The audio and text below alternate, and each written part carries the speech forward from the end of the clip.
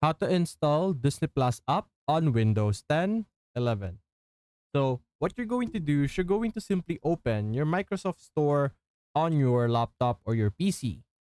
You could easily open it by simply opening your taskbar and searching for Microsoft Store, and you should be able to see our Microsoft